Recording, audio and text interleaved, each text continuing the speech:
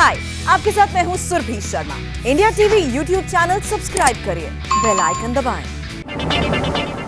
नमस्कार। इस वक्त महाराष्ट्र की राजनीति की चर्चा पूरे राष्ट्र में है। वजह है केंद्रीय मंत्री नारायण राणे और सीएम उद्धव ठाकरे का टकराव। तकरीबन 20 साल बाद ऐसा हुआ है कि कोई केंद्रीय मंत्री गिरफ्तार किया गया है। जन आशीर्वाद यात्रा पर निकले नारायण राणे चिपलून में लंच कर रहे थे जब उन्हें उद्धव ठाकरे की पुलिस ने अरेस्ट कर लिया और कार में लेकर चली गई। राणे इस वक्त हवालात की ओर बढ़ रहे हैं। थोड़ी देर में राणे का एक्सक्लूसिव इंटरव्यू भी दिखाएंगे। वो बीच रास्ते से हमारे साथ जुड़ेंगे, लेकिन इससे महाराष्ट्र की सियासत का एकदम ड्रामेटिक ट्विस्ट वाला पूरा एपिसोड आपको देखना चाहिए इससे पहले, जिसकी शुरुआत ही एक थप्पड़ वाले डायलॉग से हुई है।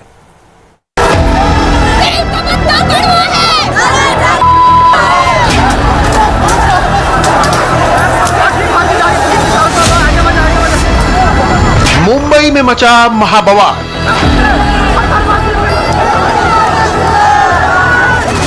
अमरावती में अराजकता।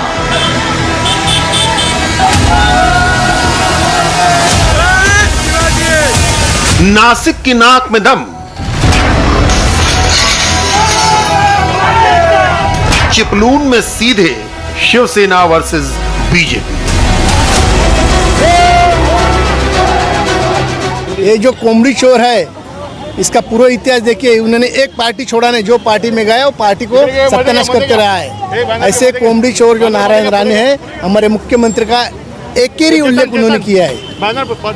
आज हम इतना मोर्चा लेने के बाद हम उनको रिस्पेक्ट से बोल रहे हैं, फिर भी वो चोर है। इसके बावजूद भी उसने एक ही उल्लेख है। उसके पार्श्वभूमि देखो। हमारी यही मांग है कि उसके ऊपर गुनाह दाखिल होना चाहिए और उसका अरेस्ट होनी चाहिए। बीजेपी के आमदार योगेश सागर ने कहा है कि मोर्चे से इस आंदोलन से कोई फर्क नहीं पड़ता है क्योंकि शिवसेना वर्षों की सरकार है। उस नारायण कोमड़ी चोर और उसके बेटे क्या करते जा रहा, उनका सब इतिहास जरा निकाल लिए। और योगेश सागर जो बोल रहे, पहले वो हमारे साथ सत्ते में थे ना, तभी भी उन्होंने क्या किया, तो वो भी वही हो गए। इसका मतलब आज नहीं है तो उनको ये नजर आया क्या? उनको एक, मेरे ख्याल से उनको एक चश्मा देना पड़ेगा देखने के लिए। इनको ये लग रहा है कि शिवसैनिक शांत है, इसका मतलब है कुछ भी बोलेंगे तो चलने वाला नहीं। महाराष्ट्र में ये महाराष्ट्र शिवसेना का है और मुख्यमंत्री भी शिवसेना के है। मुख्यमंत्री की बदनामी हम कदापि सहन नहीं करेंगे, चाहे सत्ता रहे या नहीं रहे। कोई भी रहेगा, नारायण राणे रहेगा या नारायण राणे को वो दो चिल्ली बल्ली भांडे है ना, वो भी रहेंगे। उसको वापस कैसे बेचते हैं वो हम लोग देखेंगे। इधर ही काट डालेंगे गद्दार।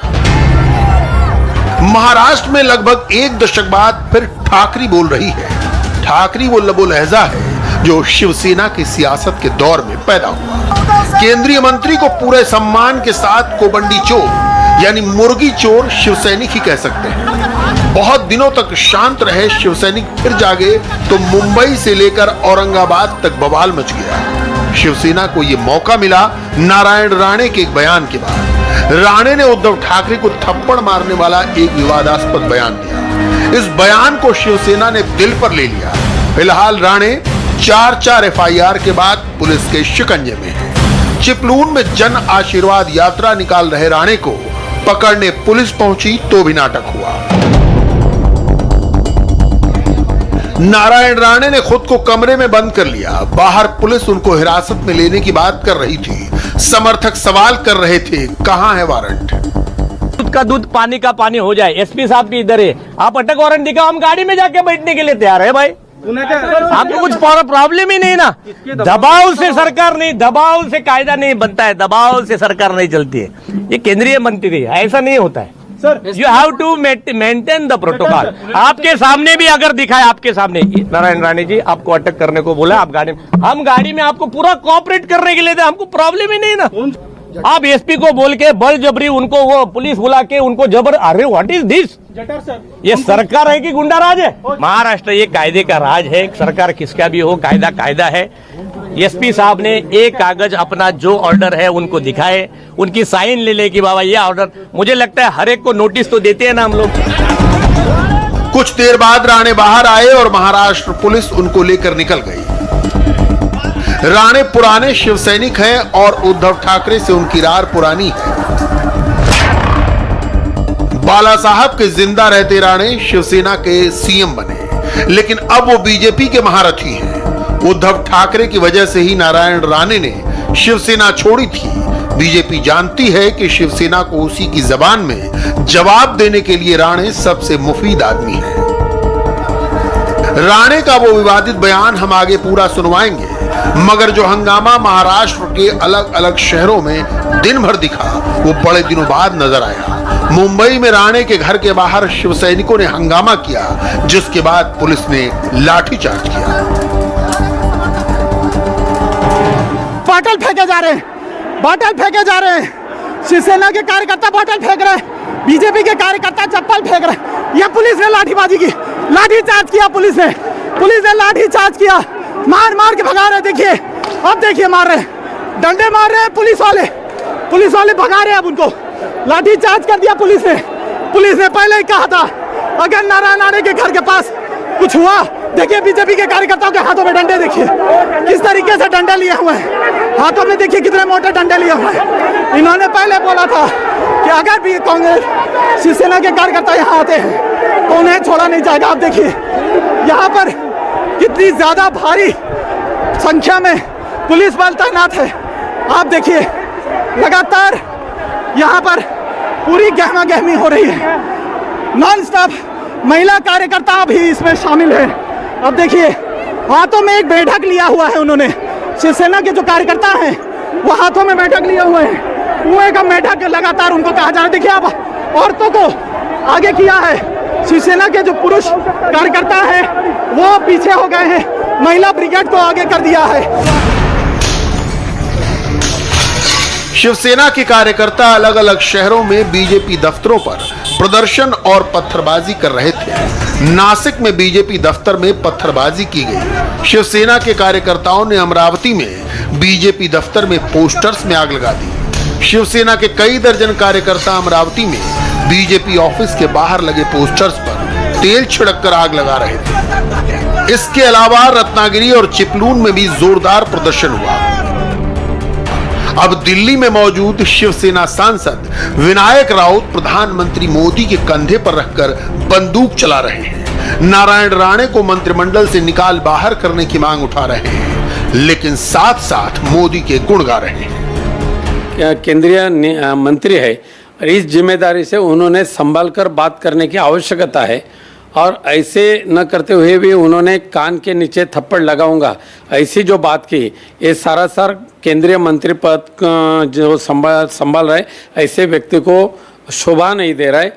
शोभा तो छोड़िए कि उस पद को न्याय देने के लिए काबिल नहीं है। इसीलिए आदरणीय पंतप्रधान नरेंद्र मोदी साहब ने नारायण राणे का इस्तीफा लेना चाहिए। अगर इस्तीफा नहीं दे रहे तो उसको मंत्रिमंडल से हकाल देना चाहिए।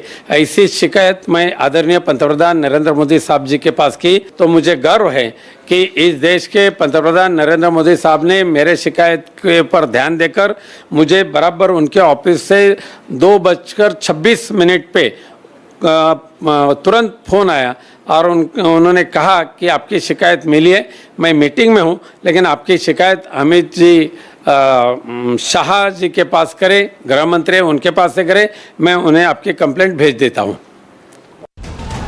अब आइए इस पूरे विवाद की पॉलिटिक्स पहले समझ लीजिए, फिर इस विवाद की जड़ आपको अच्छी तरह समझ में आएगी। नारायण राणे एक जुझारू नेता हैं जो महाराष्ट्र के कोंकण रीजन से आते हैं। कोंकण के मराठी वोटरों पर उनका अच्छा खासा असर है। शिवसेना की राय रत्ती समझते हैं, शिव सैनिकों को उन्हीं के अंदाज में जवाब देना जानते हैं। शिवसेना की असली मुश्किल यही है। मोदी ने नारायण राणे को मंत्री बनाया, जन आशीर्वाद यात्रा के रथ पर बिठाया। जब से राणे ने यात्रा निकाली है, उद्धव ठाकरे ने उनके खिलाफ 40 केस दर्ज कराए हैं। शिवसेना का डर यह है कि फडणवीस जैसे मॉडरेट नेता के मुकाबले शिवसेना को वो ज्यादा डेंट पहुंचा सकते हैं। राणे जमीन से जुड़े नेता हैं जिन्हें बाला साहब ने मुख्यमंत्री की कुर्सी तक पहुंचाया। वो बाला साहब का सम्मान करते हैं, लेकिन उद्धव का नहीं। नारायण राणे इनकम टैक्स विभाग में एक छोटे कर्मचारी थे और बाला साहेब ठाकरे ने नारायण राणे को शिवसेना से जोड़ा और शिवसेना की ठाकरे पॉलिटिक्स को नारायण राणे ने एक नई हाइट तक पहुंचाया। बाला साहब ठाकरे ने नारायण राणे को राज्य का मुख्यमंत्री तक बनाया।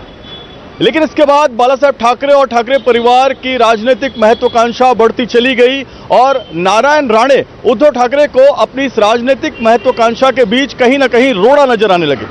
नतीजा यह हुआ कि नारायण राणे ने शिवसेना छोड़ी और कांग्रेस होते हुए वे अब बीजेपी में शामिल हो गए और केंद्र में केंद्रीय मंत्री बन गए।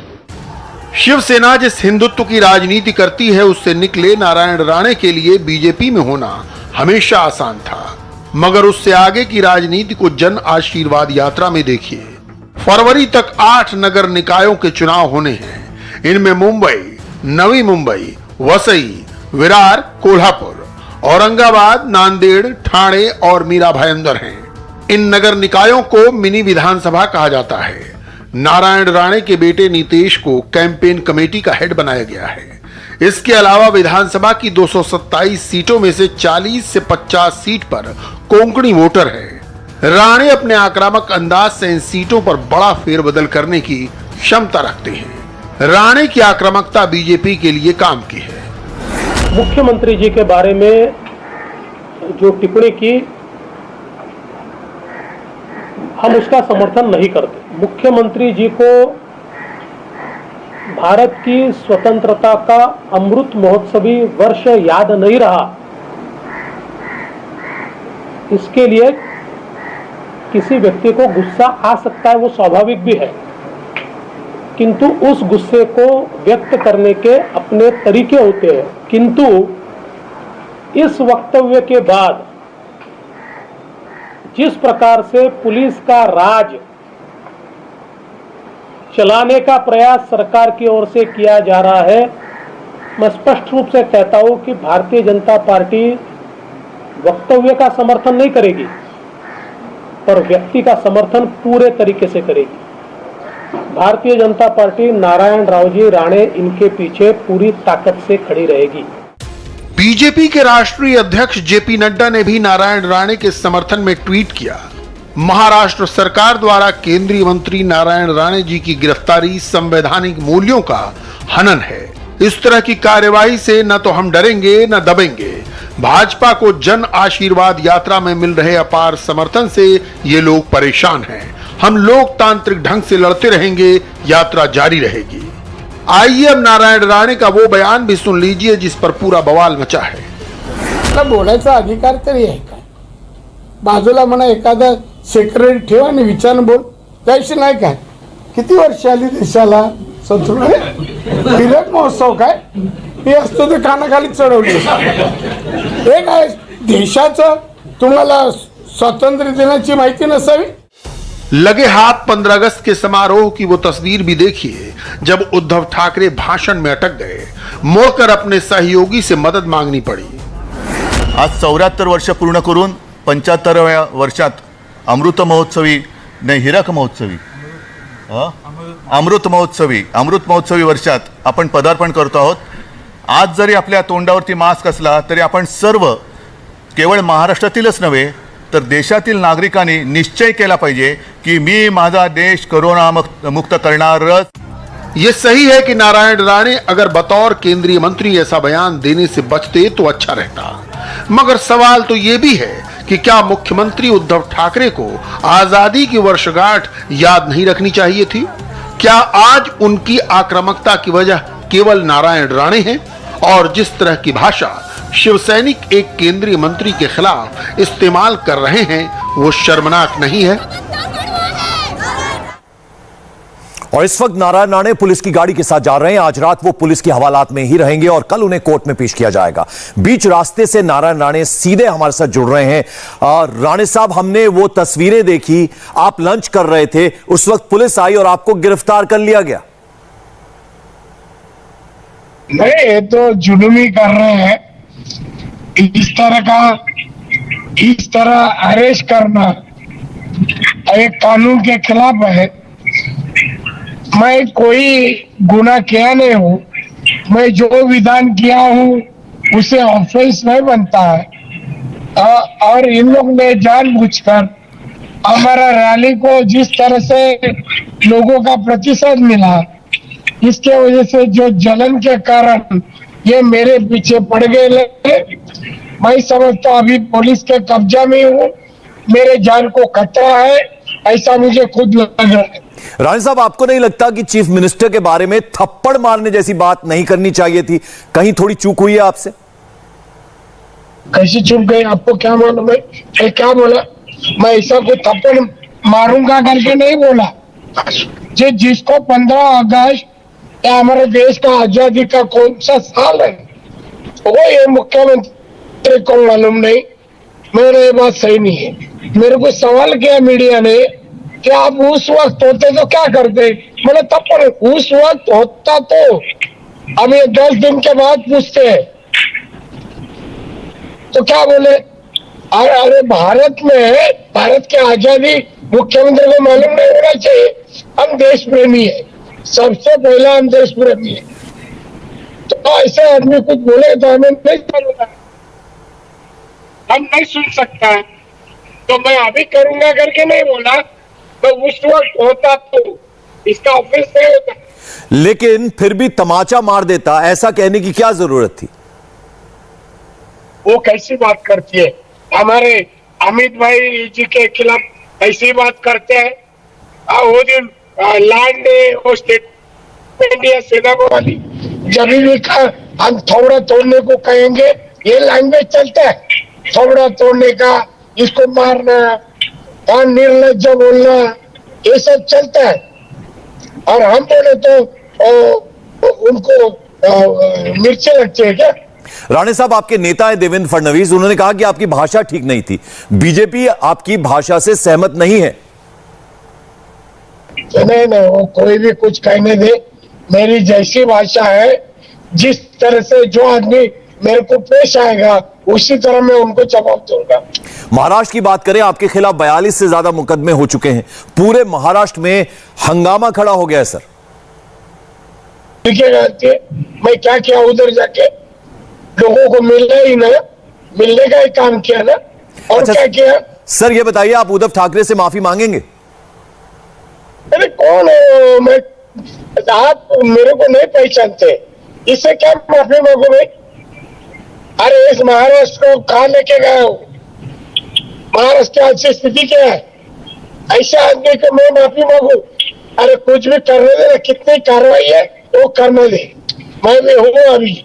सर ऐसा लगता है आपकी और उद्धव ठाकरे की पुरानी दुश्मनी है, इसी चक्कर में ऐसा हो रहा है। आप भी ठाकरे के बारे में तीखा बोलते हैं और शिवसेना भी लगातार तीखा बोलती है। अरे उसके साथ कौन दुश्मनी करेगा? क्या है वो दुश्मनी करने लायक है क्या? लायक है तो दुश्मनी करे। राणे साहब, आप बुरी तरह फंस गए हैं, आपको जेल भी भेजा जा सकता है। अरे क्या भेजना है? भेजने देना। क्या मर्डर किया, क्या डकैती डाला, क्या किया है? क्या आप भी उनके तरफ बात कर रहे हैं? मैं क्या किया? क्या इसमें कहा जो मैं कहा वो ऑफिस में होता है तो सवाल किधर आता है जेल में भेजने की? अरे इस देश में कानून है भाई साहब, कानून है। राणे साहब, शिवसेना ने आपकी शिकायत प्रधानमंत्री से भी की है। वो कह रहे हैं कि आपको कैबिनेट से हटाया जाए। शिवसेना चाहती है आपसे मंत्री की कुर्सी छीन ली जाए। जो देखिए, जो करना वो करने दी, जो करना है मेरे नसीब में है वो हो जाएगा, समझे ना? अच्छा, अब आप क्या करेंगे? एक दो शब्द की वजह से आप इतनी मुश्किल में फंस गए हैं, नहीं लगता आपको इसकी कोई जरूरत नहीं थी? नहीं, मेरे कुछ नहीं लगता है। मैं जो भी करता हूँ सोच समझ करता हूँ। और यही शिवसेना के या उद्धव शिव सैनिक तो मेरे साथ है और उद्धव ठाकरे के साथ तो इसी तरह पेश आऊंगा। अच्छा ये बता दीजिए, आपने कहा आप उद्धव ठाकरे के साथ ऐसे ही पेश आएंगे, इसका अर्थ क्या निकाले? इसका मतलब क्या है? वो हमें बताया, आज बताऊंगा नहीं। नारायण राणे साहब, आपने इंडिया टीवी को समय दिया, हमसे बात की, शुक्रिया हमसे बात करने के लिए। वर्चुअल मीटिंग शुरू हो गई है। अमेरिका के राष्ट्रपति जो बाइडेन इस मीटिंग के होस्ट हैं और ब्रिटेन के पीएम बोरिस जॉनसन इस मीटिंग को चेयर कर रहे हैं। G7 नेताओं के साथ prime minister Narendra Modi direct touch में हैं। आज रूस के राष्ट्रपति पुतिन के साथ मोदी ने 45 मिनट तक तालिबान का इश्यू डिस्कस किया। जर्मनी की चांसलर एंजेला मर्केल के साथ भी मोदी का 1-to-1 फोन कॉल हो चुका है। तालिबान से निपटने में नरेंद्र मोदी पर दुनिया का भरोसा क्यों बढ़ रहा है, इसे समझना हो तो सबसे पहले काबुल में चल रहे भारत के ऑपरेशन देवी शक्ति को समझना होगा। जब तालिबान सता रहा है तो मोदी कैसे बचा रहे हैं, पूरी रिपोर्ट में देखिए।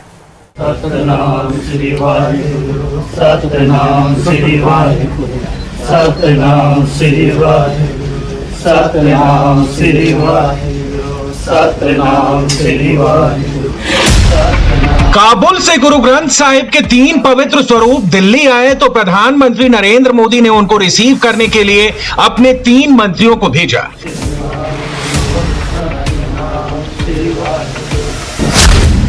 ताजिकिस्तान की राजधानी दुशांबे के रास्ते रेस्क्यू किए गए 78 अफगानी सिख भाई जब गुरु ग्रंथ साहिब के साथ दिल्ली पहुंचे तो उनकी अगवानी के लिए प्लेन के गेट पर कैबिनेट मिनिस्टर हरदीप सिंह पुरी खड़े थे। मोदी के मंत्री ने वहीं गुरु ग्रंथ साहिब को अपने माथे पर रखा और पूरे अदब और सम्मान के साथ गुरु ग्रंथ साहिब के 3 पवित्र स्वरूपों को दिल्ली के गुरु अर्जुन देव गुरुद्वारा तक पहुंचाने का सफर शुरू हो गया। जरा याद कीजिए, पिछले 1 साल से नरेंद्र मोदी के खिलाफ कैसे कैसे नैरेटिव गढ़े गए थे। पंजाब और दिल्ली के सोशल मीडिया में खास तौर पर एंटी सीए कैंपेन के बाद मोदी के एंटी सिख होने का नैरेटिव गढ़ा गया था। किसान आंदोलन की आड़ में मोदी की इमेज बिगाड़ने की कोशिश की गई, लेकिन इन तस्वीरों से वो सारा नैरेटिव खारिज हो गया। नरेंद्र मोदी ने काबुल से लाए गए गुरु ग्रंथ साहिब के लिए पालकी तैयार कराई। तालिबान के अफगानिस्तान में गुरु के बंदे चैन की सांस भी नहीं ले पा रहे थे। मोदी की दिल्ली में उन्होंने खुलकर शब्द कीर्तन किया।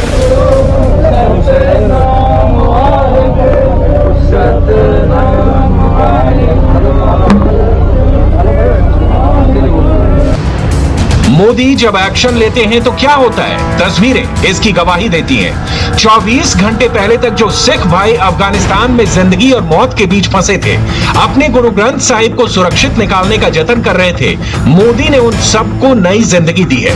मोदी ने जान भी बचाई और धर्म भी बचाया।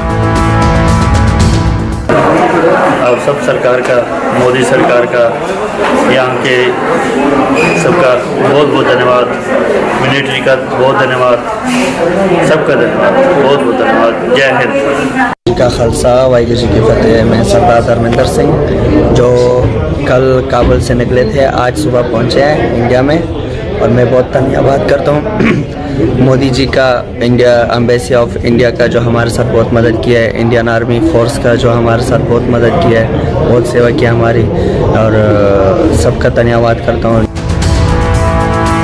अफगानिस्तान पर तालिबान के कब्जे के बाद वहां फंसे भारतीय नागरिकों, अफगानी हिंदुओं और अफगानी सिखों को सुरक्षित बाहर निकालने का ऑपरेशन लगातार जारी है।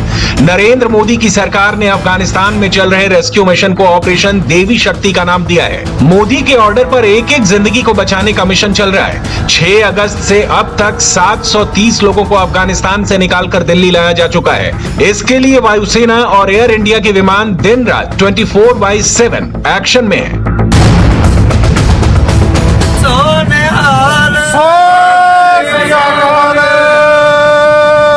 वाहिगुरू जी का खालसा, वाहिगुरू जी की फतेह। दोपहर 12:29 पर विदेश मंत्री डॉक्टर एस जयशंकर ने ऑपरेशन देवी शक्ति नाम का खुलासा किया। तभी से हैशटैग देवी शक्ति सोशल मीडिया पर टॉप ट्रेंड में है। जानते हैं क्यों? इसे समझने के लिए आपको काबुल लेकर चलते हैं। काबुल एयरपोर्ट की ये लेटेस्ट सैटेलाइट तस्वीरें हैं। एयरपोर्ट के बाहर हजारों लोगों की भीड़ लगी है जो किसी भी तरह से तालिबान के चंगुल से निकलना चाहते हैं। काबुल एयरपोर्ट की तरफ जाने वाली हर सड़क पर गाड़ियों की कतार खड़ी है। काबुल में तालिबान के मुल्ला और इमाम टीवी पर आकर अमन और शांति का पैगाम पढ़ रहे हैं, लेकिन तालिबान के पिछले 20 साल के रिकॉर्ड को देखकर दुनिया में कोई भी उस पर भरोसा करने को तैयार नहीं है। मौशमा अखनून दर शहर काबुल इज़्तिराबात रा शाहिद हस्तें। मर्दुम अनुज़ाम काबुल में हम लोगों को बेचैन देख रहे हैं। लोगों की कुछ चिंताएं हैं। उनको लगता है कि पिछली सरकार के साथ काम करने वालों को सताया जाएगा, लेकिन हम अपनी घोषणाओं पर अमल कर रहे हैं। हमारे नेताओं ने माफी का ऐलान किया, फिर भी हम देख रहे हैं कि लोग चिंतित हैं। हम चाहते हैं कि धर्मगुरु हमारा साथ दें और लोगों को समझाएं कि आने वाली सरकार सबके लिए काम करेगी। कई एक्सपर्ट कहते हैं कि काबुल एयरपोर्ट तभी तक सुरक्षित है जब तक अमेरिकी सेना वहां पर मौजूद है। अमेरिकी राष्ट्रपति जो बाइडेन काबुल को टाटा बाय बाय कहकर वापस जाने का कैलेंडर बता चुके हैं, इसलिए नरेंद्र मोदी नए रोल में आ रहे हैं। तालिबान के लिए मोदी ने कुछ नया सोचा है। मोदी और रूस के राष्ट्रपति व्लादिमीर पुतिन के बीच आज 45 मिनट तक फोन पर बात हुई। रूस का दूतावास काबुल में अब भी एक्टिव है, इसलिए ये बातचीत बहुत अहम है। अमेरिका अफगानिस्तान से निकल जाएगा, तब भी रूस अफगानिस्तान में रहेगा। अकेले पुतिन नहीं, मोदी और भी कई वर्ल्ड लीडर्स के टच में हैं। सोमवार को जर्मनी की चांसलर एंजेला मार्केल ने प्रधानमंत्री मोदी से बात की थी। आपको बता दें कि जर्मनी की सेना भी काबुल एयरपोर्ट पर मौजूद है, इसलिए मार्केल और मोदी की बातचीत भी अफगानिस्तान के लिहाज से बहुत इंपॉर्टेंट है। अब इसकी वजह समझते हैं। वर्ल्ड लीडर्स को तालिबान पर यकीन नहीं है, इसलिए दुनिया के कई देश तालिबान से बातचीत नहीं करना चाहते। पाकिस्तान पर्दे के पीछे से तालिबान को कंट्रोल कर रहा है, इसलिए वर्ल्ड लीडर्स पाकिस्तान से भी बात नहीं करते। चीन ने तालिबान से नई दोस्ती की है, इसलिए अफगानिस्तान के मामले में दुनिया को चीन पर भी यकीन नहीं। इस नए वर्ल्ड ऑर्डर में नरेंद्र मोदी की रोल में आ जाते हैं। अमेरिका ने अफगानिस्तान से अपना बोरिया बिस्तर समेटने की रफ्तार बढ़ा दी है। व्हाइट हाउस की ब्रीफिंग में बताया गया है कि 24 घंटे के अंदर अमेरिका ने 10,400 लोगों को काबुल से बाहर निकाला। अमेरिकी नागरिकों के साथ साथ अमेरिकी सेना अपने इक्विपमेंट्स भी निकाल रही है। तालिबान ने अमेरिका को 31 अगस्त का अल्टीमेटम दे रखा है। इसी काबुल एयरपोर्ट से यूक्रेन के एक विमान को हाईजैक करके ईरान ले जाने की खबर आई। जो प्लेन यूक्रेन के लोगों को अफगानिस्तान से लेने आया था, वो प्लेन ईरान पहुंच गया। इससे अंदाजा लगाइए कि भारत जिस तरह से ऑपरेशन देवी शक्ति चला रहा है, वो कितना मुश्किल और जोखिम से भरा हुआ है। अब जरा काबुल से दिल्ली लौटते हैं। नरेंद्र मोदी ने जिन अफगानी सिखों को बचाया है, हमने उनसे बात की तो मोदी पर उनका भरोसा आज के लिए भी दिखा और कल के लिए भी। अफगानी सिख भाइयों को यकीन है कि अफगानिस्तान में तालिबान सताएगा तो मोदी अवश्य बचाएंगे। धन्यवाद करते हैं सबका, मोदी सरकार का धन्यवाद करते हैं, पहुंच गए इधर, बच गए। आप लोगों को फक्र महसूस हो रहा है कि हाँ, आप अपने गुरु ग्रंथ साहब के स्वरूप को सुरक्षित यहाँ पर लेकर आए हैं, और वहाँ से निकालने में, गुरुद्वारे से निकालकर एयरपोर्ट ले जाने में क्या क्या प्रॉब्लम ज़्यादा सी, तो गवर्नमेंट ने मदद की, बस उनका धन्यवाद है। बस हम खुशी है, हमारे को खुशी है जो हम पहुँच गए इधर, गुरु ग्रंथ साहब महाराज हमारे साथ पहुँच गए, बस ज़्यादा खुशी है। बहुत अच्छा महसूस हो रहा है, आज तो बहुत शांति महसूस हो रही है। बस टेंशन इस बात की है, जो बाकी संगत हमारी काबुल में बचे हैं, बस उसी के लिए टेंशन है। जो तकरीबन 170-180 बंदा बचे हैं, हम चाहते हैं कि वो भी जल्द से जल्द निकल जाए, इंडिया पहुंच जाए सुरक्षित। एक 1.5 हफ्ते में स्थिति कैसी थी वहाँ पर? आपको लग रहा था कि अब गुरु ग्रंथ साहब के स्वरूप को वहाँ पर रखना सुरक्षित नहीं है? हाँ, वो तो वहाँ तो रखना सुरक्षित नहीं था। हम तीन गुरु ग्रंथ साहब जी की भीड़ लेकर आए हैं, 2 और भी कल ला रहे थे, जो वो नहीं हो पाया, तालिबान ने एंट्री नहीं दी है एयरपोर्ट पे, तो अभी हम चाहते हैं कि वो भी आ जाए जल्द से जल्द, और जो बाकी संगत हमारी बची है खतरे में है, वो भी जल्द से जल्द बाहर आ जाए। नहीं, वैसे लग रहा ही नहीं था कि हम इधर से सुरक्षित निकलेंगे, क्योंकि उधर के हालात माहौल बहुत खराब है एयरपोर्ट के बाद। नरेंद्र मोदी अफगानिस्तान के हिंदुओं को बचा रहे हैं, मोदी अफगानिस्तान के सिखों को बचा रहे हैं, साथ ही साथ नरेंद्र मोदी अफगानिस्तान के मुसलमानों को भी निकालकर हिंदुस्तान ला रहे हैं। अफगानिस्तान के जिन मुसलमानों का भारत से पुराना रिश्ता है और जो अभी भारत आना चाहते हैं, उनको भी एयरफोर्स के स्पेशल कार्गो फ्लाइट से दिल्ली लाया जा रहा है। करीब 18,000 अफगानी मुसलमान आज भी दिल्ली में रह रहे हैं। उनकी समस्याएं हैं, लेकिन इतना संतोष जरूर है कि तालिबान से बचे हुए हैं। इट वॉज इम्पॉसिबल टास्क जो की गई, जिसको किया गया, इम्पॉसिबल था उन हालातों में। लेकिन आप सोचिए कि उन हालातों के अंदर भी उनको वहाँ से निकाल कर एयरपोर्ट लाना, और एयरपोर्ट में भी दिक्कत क्या है कि हजारों लोग एयरपोर्ट को घेरे खड़े हैं बाहर, उसके बाद तालिबान है, उसके बाद अमेरिकन आर्मी है, तो बहुत चैलेंजिंग टास्क था।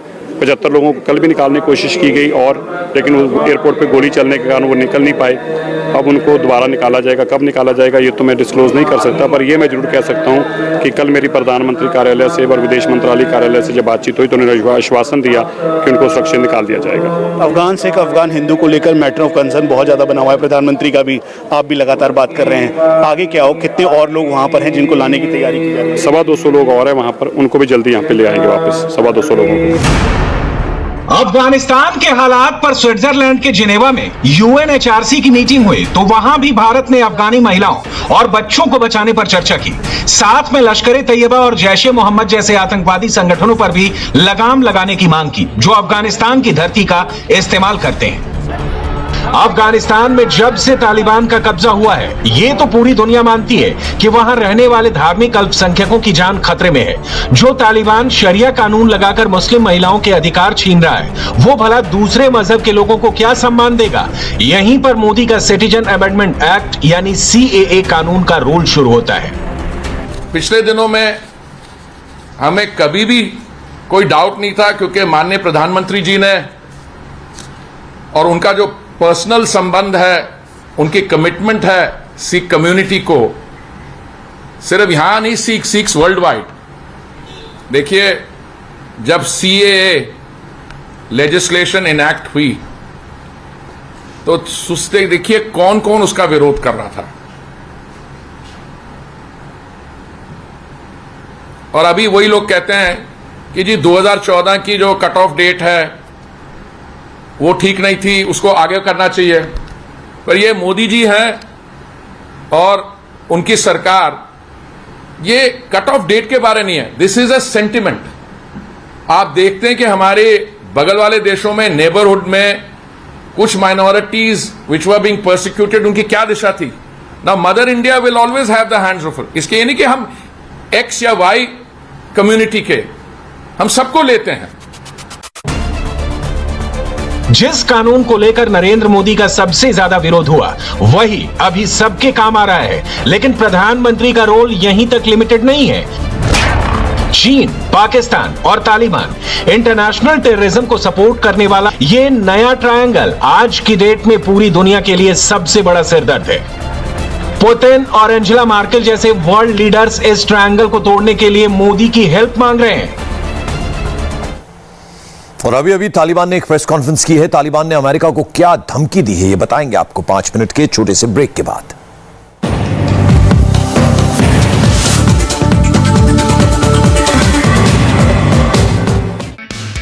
हाय, आपके साथ मैं हूं Surbhi Sharma. India TV YouTube channel subscribe करिए, बेल आइकन दबाएं।